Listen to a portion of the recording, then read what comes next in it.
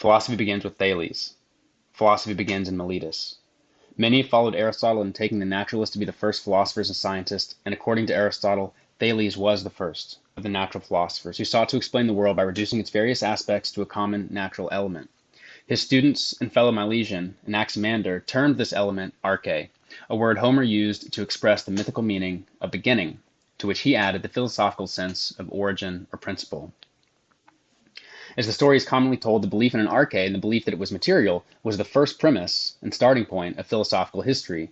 The evidence of unbiased common sense suggested that the world was constituted by visible matter, and in accordance with their newly naturalistic outlook, early Greek philosophers such as the Ionians and the Animists began regarding the heavens as composed of various material substances whose movements were mechanically determined. As Allen writes, the revolution Thales' pupils carried forward may be measured by its fruit.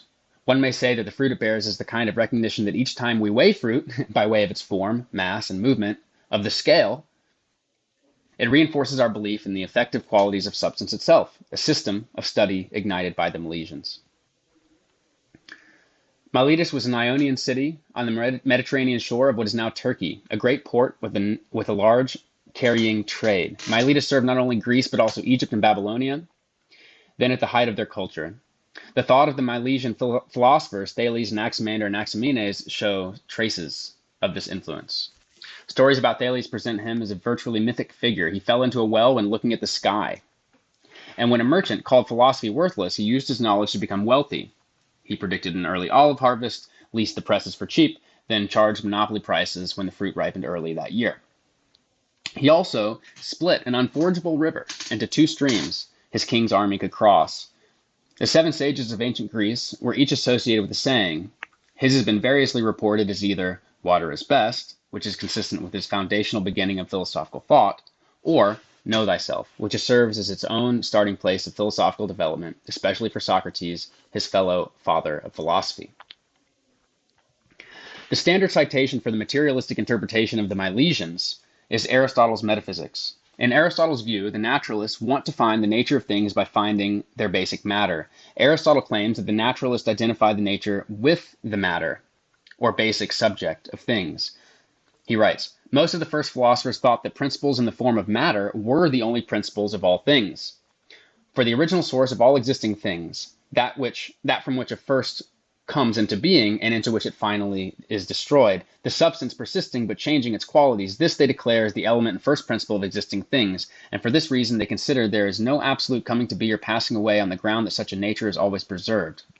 For there must be some natural substance, either one or more than one, from which the other things come into being, while it is preserved. Over the number, however, the form of this kind of principle, they do not all agree, but Thales, the founder of this type of philosophy, says it's water. And this is how it's described by Allen, or cited by Allen.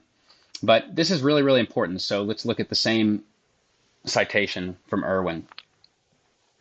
Most of the first philosophers thought the origins of everything were material, for they say there is some subject that all beings come from, the first thing they come to be from, and the last they will perish into, the substance remaining throughout and changing in its attributes, and this is the elementary basis and the origin of beings. And for this reason they think nothing either comes to be or perishes, since they assume that in every change this nature, or i.e. the subject, persists. For just as we say Socrates does not come to be unqualifiedly whenever he becomes good or musical, he does not perish unqualifiedly whenever he loses these states. Since the subject, Socrates himself, remains, so also, they say, nothing else either comes to be or perishes unqualifiedly, since there must be some nature, either one or more than one, that persists while the other things come to be from it. From Aristotle's telling, it is as though materialism should be seen as the starting point of Western rational thought, as the Big Bang of philosophical development. However, as Kieran Legrice points out, Thales' original emphasis could have been on neutral monism, as opposed to the materialistic premise, personal correspondence, as discussed in our personal correspondence, for which reason I consider it important to include multiple uses of Aristotle's quotation in currently circulated histories of Western thought. While the premise of materialism via the understanding of everything as emergent from substance certainly appears in the contributions of Thales, it seems that Aristotle is at least partially responsible for the strong emphasis on the birth of materialism at the beginning of Greek philosophy. And more importantly than when, and why this emphasis became part of the narrative, it is essential to note that Aristotle's interpretation remains in common circulation. His interpretation that all things, that philosophy is born from the early premise of materialism, which is his interpretation of the first premise of the first philosopher. So specifically for Thales, the arche, that first principle, was imagined as water. Aristotle wrote that the most ancient account we have received, which they say was given by Thales the Milesian, is that the earth rests on water, floating like a log. Seneca wrote, "For Thales, the world is held up by water and rides like a ship. And when it is said to quake, it is actually rocking because of the water's movement." Thales chose water as his primordial stuff, for water is an ancient symbol of life. Thales, no doubt, thought that it is life, thought that in the living liquid there was no distinction between its life and its liquidity. This returns us to Campbell's comments about the consistency of Thales' beliefs with the common religious belief among Egyptians and Semites. At this pivotal stage, Dr. Tarnas writes, "There was a distinct overlap of the mythic and scientific modes, visible in the principal statement attributed to Thales, in which he affirmed both a single unifying primary substance and a divine omnipresence. All is water, and the world is full of gods. To Thales, the soul was something kinetic. He said that the magnesian stone, magnets, possess soul because it moves iron." Right to Aristotle. According to Aetius, Thales said that the mind of the world is God, and that the sum of things is besouled and full of daemons, or spirits. Right through the elemental moisture there penetrates a divine power that moves it. Aristotle recorded that some say soul is intermingled in the universe, for which reason perhaps Thales also thought that all things are full of gods. While Aristotle and subsequent historians of philosophy like to see Thales as the first materialist, it is essential to keep the animistic qualities of his perspective in mind. When someone calls themselves a reductive materialist today, it is most likely that they envision matter to be dead, soulless, and internally inert. This is not how Thales saw the world. According to the first philosopher, the cosmos simultaneously reduced to water, which was pure matter, and pure soul. The paradox is not dissimilar from the Christian recognition of Christ as 100% God and 100% matter. Thales' student Anaximander offered the first known philosophical refutation. He disagreed with his mentor, arguing, if one element were unbounded, variety would have ceased. If water was the unbounded element, air, fire, and earth would have been overpowered from existence. Anaximander had presented a question to Thales: how is the qualitative diversity of the world to be reconciled with the primordial unity of its source? Questions Allen. His own solution was that the known elements operate like a pendulum, maintaining equilibrium through the alternation of extremes. What he theorized was that these elements all derive from one another, from another more fundamental and unbounded substance that he named the apeiron. Simplicus attests that for Anaximander, it is neither water nor any other of the so-called elements, but some other indefinite nature from which came into being all the heavens and all the worlds in them. According to Aristotle, the opposites are separated out from the one being present in it. The source of coming to be for existing things is that into which destruction too happens, according to necessity, for they pay penalty and retribution to each other for their injustice according to the assessment of time. As Irwin describes, the unbounded maintains the order of the opposites and maintains the stability of the present world order. While on the one hand we can see a clear development of a reason-based cosmological order, on the other, Anaximander's thought is still clearly influenced by moral notions of justice. Allen writes, the principles by which Anaximander interprets the universe are closely linked to the psychology of the tragic passions by which Aeschylus interprets human life. The order of nature is essentially a dramatic order. The agonists are the warring opposites, alternatively triumphing in the cycle of days and seasons. As a founder of scientific thought, it should also be noted that he planted clear seeds for the theory of evolution. He believed all land animals, including man, evolved ultimately from a sort of fish. He also made a number of other scientific and technological contributions. According to Suda, Anaximander's kinsman, a kinsman and pupil and successor of Thales, first discovered the equinox and solstices, and hour indicators, and that the earth lies in the center. He introduced the gnomon and in general made known an outline of geometry. He was also the first to draw the inhabited world on a tablet. The first map was a stone disk with ocean around its edge and Delphi in its center.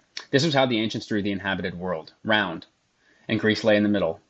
Delphi lay in the middle of it, for it is the umbilicus of the earth. Around the earth, swift-flowing ocean completed a circle. But this image of the world, or imago mundi, did not start with Thales. According to Hesiod's description, around the rim, ocean was flowing with a full stream that enclosed all the cunning work of Heracles' shield. Similarly, the shield of Achilles illustrates the oceans as the boundaries for the land. On Achilles' shield, Hephaestus depicted ocean, the mighty river, flowing all around the outer edge. This is from Homer's Iliad. In the middle of all three images, each encircled by a serpentine ocean, Greek people fill the center. This self-centric world image would later develop into the self-centric cosmic image of Aristotle and Ptolemy, with the earth in the center of our spherical universe. Dante, in the medieval church, would later perpetuate this cosmic vision. Structurally, from macro to microcosm, the same self-centric thought process was consistent with Greek anthropomorphism and the sophistic belief that man is the measure of all things.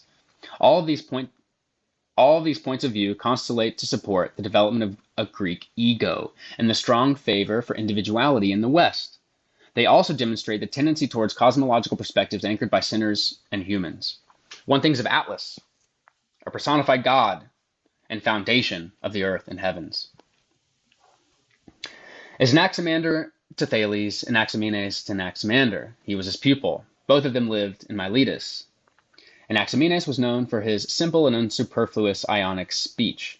His belief was that the material principle, or arche, was air and the infinite, and that the stars move not under earth, but round it. He agreed with his teacher that the underlying nature is one and infinite, but not undefined, as Anaximander said, but by rarity and density. Being made finer, it becomes fire. Being made thicker, it becomes wind, then cloud, then, when thickened still more, water, then earth, then stones, as described by Theophrastus.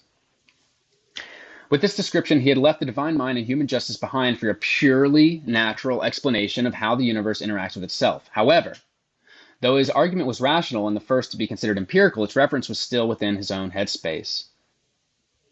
Breath blown through compressed lips is cold, but with the mouth open, it is warm. Thus, he thought matter which is compressed and condensed is cold, while that which is fine and relaxed is hot.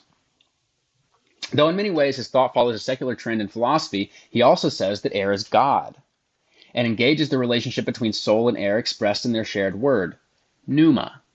Our soul, he says, being air, holds us together and controls us. So does wind and air enclose the whole world. Guthrie writes, for Anaximenes, a small portion of this soul stuff, which properly belongs by its nature to the outermost reaches of the universe, beyond the adulterated atmosphere which we breathe, is imprisoned in the body of each animal or human being and forms its soul. One of his followers said, man's soul is a small part of the God being the universe, which we thus learn is still thought of by these men as being alive. With this in mind, we recognize that Anaximenes of Miletus shared the same Greek belief with the Orphics, Pythagoras, Socrates, and Plato, that divine soul is imprisoned in the material of the body. We should all recognize the consistency of this belief with Thales' world of ensouled substance. As Cornford put it, if we would understand the 6th century philosophers, we must disabuse our minds of the atomistic conception of dead matter and mechanical motion and of the dualism of matter and mind. From recent science, we have inherited the notion of matter as in itself something dead, or which needs to be called into motion by an outside force. But the earlier Greek idea that the world as a whole was a living creature, and the belief in the animation of matter, had a heavy influence on early philosophers. Despite the lingering influence of religion and animism, Anaximenes' fundamental conception will be kept, the notion that the world consists in matter and its arrangement, that the ultimate explanation of it must be quantitative and mechanical. From this position, Anaximenes stands in direct line with Democritus, who foreshadowed most clearly the scientific worldview which has dominated thought from the time of Newton to the present. Like Thales and Democritus, Anaximenes answered the riddle of the arche by suggesting very simply that the primordial unity is to be treated as a stuff, a matter out of which things are made. The diverse elements of the world are to be attributed to changes in this primitive matter, changes that are quantitative, and from this line of reasoning, the qualitative differences are to be accounted for by the thickening and thinning, condensation and rarefaction of a primordial stuff.